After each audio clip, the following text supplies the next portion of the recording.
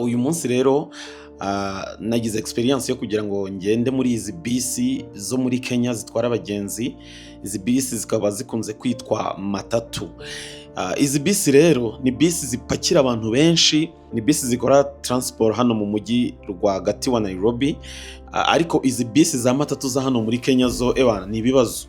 Ni bisi ugendamo ukagera ahantu ugiye wumva wavunaguritse, harimo umwuka utari mwiza, abantu babyigana.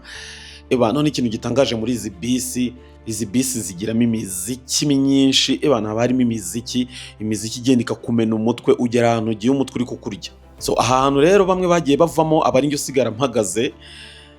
Izi bisi rero ikindi kintu cyari giteye umujinya, zirashyuha ku buryo butabaho. Izi bisi ziba zirimo ubushyuhe, umuntu aba ari muri bisi ukagira ngo ari muri microwave, wagira ngo ari muri micro-onde. Izi bisi nanone iyo utitonze usanga zirimo abajura. Iyo udacunze neza hano bagukora mu mifuka bakagutwara ibintu. Abarimo n'abajura, nk'uwo mukobwa unyicaye munsi, uriya muhungu nari nabwiye Prince ngo agende ancungira abantu batankora mu mufuka. We twe twamaze gukeka ko ari umujura. Ubwo nguko tugenda, ariko bagenda bahagarara, abantu bavamo bagabanuka,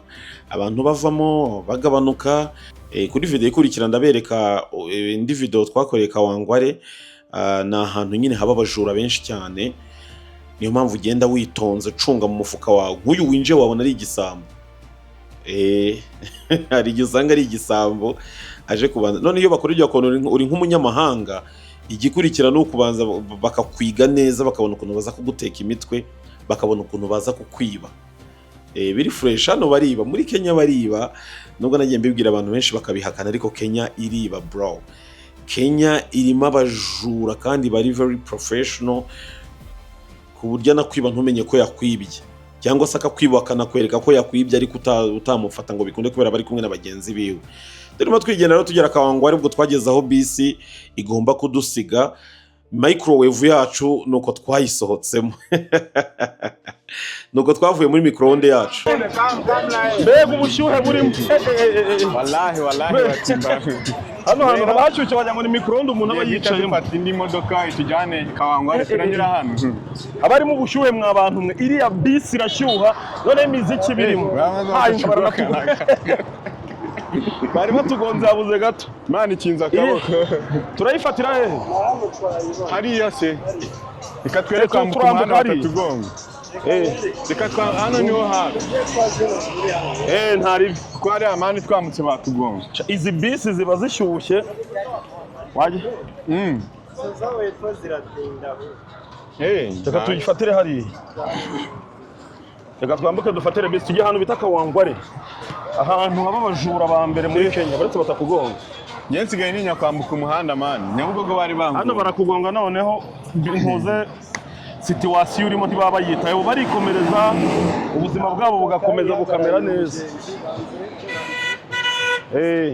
Iyo urebye nawe barakugonga hano. Wagiye? Kugenda umuntu yiruka. Hano wambuka kuri risk yawe. Hano wambuka at your own risk kabisa. Iyo urebye nawe baraguku. Hano bigeze kwagongera umuntu, bevura byibuka. Uyu muhanda bawugongeyemo umuntu. Nabonye banagongeye n'imodoka. N'umushoferi kumukuramo byasabye kubaga ikizuru. Urabona hano umuhanda ugendamo imodoka enye. None ariko Prince, uyu muhanda urimo imodoka zihuta kurusha uriya. Hano bawihuta. Ariko hano noneho bakoze isuku. Ubwo twaherukaga ntabwo umuntu yabaga ari muri runo ruhande ngo arebe hirya. Okay, twagiye noneho. Igihuru baragitemeka. Ubu system ni ukuvuduka. Ntabwo byoroshye. Nta bya zebra crossing ni hariya hepfo. Nta bya zebra crossing ni hepfo, ni hano man, hano zirahagarara. We are fine. Yeah, today we are fine. So? I'm just hustling. We are hustling too. Yeah. Yes. You too. Yes. Okay. Yeah. Good. Where are you going? Uyu muntu ashaka amafaranga nta kindi ashaka. Deviriya We are just standing only. You're going down? No. Uyu muntu ikintu abashaka ni amafaranga. Arabanza akagucanga akakubwira utuntu twinshi. Iyo atakwibye kwanza, icya mbere ni ukukwiba. Iyo atakwibye ahita akubwira ngo ashaka amafaranga. Nk'ubu yari ari kumbwira ngo ari guhasoringa, natwe turi guhasoringa. So none nta mafaranga tugira. Uko tureba uko nta mafaranga tugira, none abanyakenya barashaka kuyadukura mpaye. Ariko ngo barangoje. Ako Dev hariya nyamara iri hagenda amataxi. Hagenda udutaxi. Nzo ni bisi binini. Turi kugenda dutega agataxi ku gataxi kugira ngo tujye ahantu bita Kawangware. Kangore korana. Hira na Kawangware? Okay. Okay. Tujya ahantu bita Kawangware. Mbese twicane inyuma. Hano umuntu yinjira yiseseka. Ukiseseka system abarukwiseseka kwimukiye. Izi taxi ni zimwe zo mu Rwanda bimuriye n'ahangaha tumaze kwirukana umwanda ubu butaxi bwaje hano. Imyanda bahise bayizana hano. Utu taxi ni umwanda kaba gashaje ku buryo kakugonza ahita urwara kanseri. Muri kino gihugu umwanda ni umuco. Babwirukanye mu Rwanda rero buno mu modoka babuzana hano muri Kenya niho ubwibereye. Natwe turi kugenda tubutega tubereka ubuzima bwa hano bumeze gute mu mihanda. Ngayo nguko tugiye Kawangware. Kawangware naho murahabona mu kanya nituvamo. Baza kwa mubona ibisambo. Nasha hano gutega ni haso ndagapfa.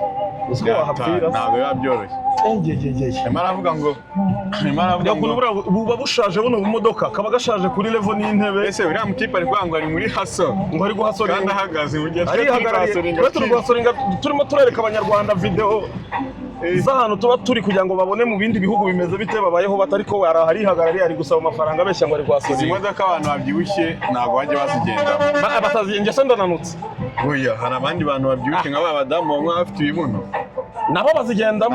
Ntago babasha kwinjira. Hari abadamu barusha abadamu b'abanyakenya ibibuno. Ese babasha. Abantu bafite amabuno. Amabuno afite akoze mu iforomo imwe. Ari umudamu ari umukobwa. None wagira ngo barabibumbabumbye mu ibumba. Barabibumba basidukuna. Iyi modoka iratugeza Kawangware koko n'ukuntu iri guhagarara. Ntabwo itugezayo. Kandi iyi ngiyi irajya no kuzenguruka. Ubundi iyi modoka kandi none igitangaje izi modoka ziba zishaje ariko ntabwo zijya zipfa gupfa uko ziboneye. Ntabwo zijya zipfa uko ziboneye zino modoka. Izino ntabwo zijya zipfa. Nicyo kibazo.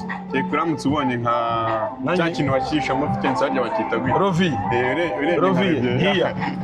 Hari igihe usanga yarajogotse. Hari igihe usanga yarajombyemo inkoni. Ari igiti bashinze. Hari usanga yarajombyemo inkoni.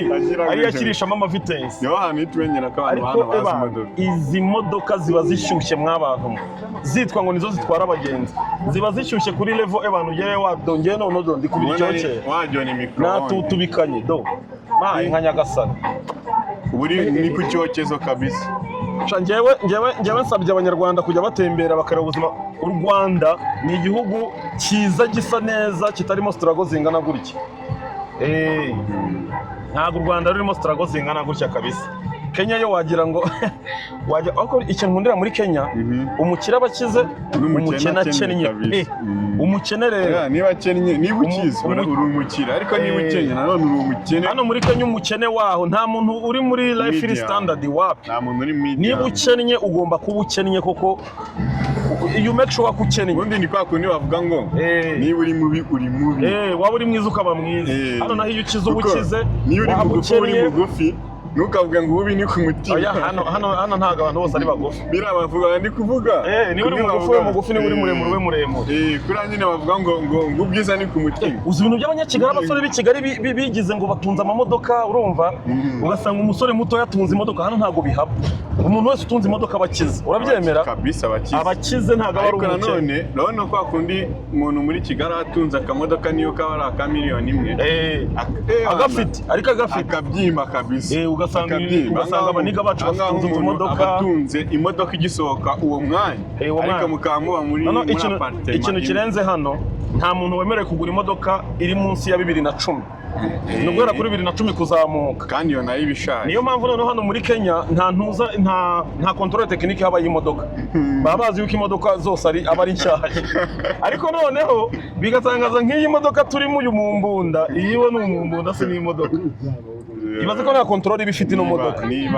Ushobora kugenda ukabona icyo hejuru kivuyeho musigaye muri hanze.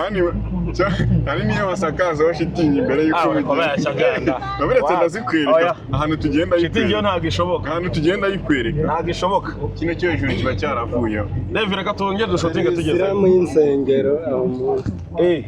Hano rero hano ni insengero noneho ni Islam ya mbere. Hano turapfuye. bari kudu so hano rero kumuhareba ni ahantu hari abantu benshi. Hano insengero zo muri Kenya, insengero zo muri Kenya bariyongoza bagafata nk'ahantu hari imbuga, bakaza bakahubaka set kabisa, bakubaka tenti, bagashyira na sound nziza, abaturage bakaza bakahasengera. Hano bubaha ibintu bijyanye no gusenga cyane. Aba bantu bose muri baje gusenga, uru ni urusengero bashinze hano rudasanzwe ruhaba. Abanyakenya bakunda gusenga cyane. Katwiyemerere kwigire Kawangwari. Uriya mukobwa uri kuri kamera. Ni umukobwa wari uri ku kamera. Ahangaha haba ibyicungo, hano hantu harakomeye cyane. Hano haba ibyicungo. Hano bari muri karitsiye. Iriya myicungo irahenze, ntabwo ari nk'ibyo muri Bambino. Nta Bambino genda, Bambino yahe. Biriya bihenze nk'ibyo muri Bambino, kandi reba ukuntu haba hameze kuri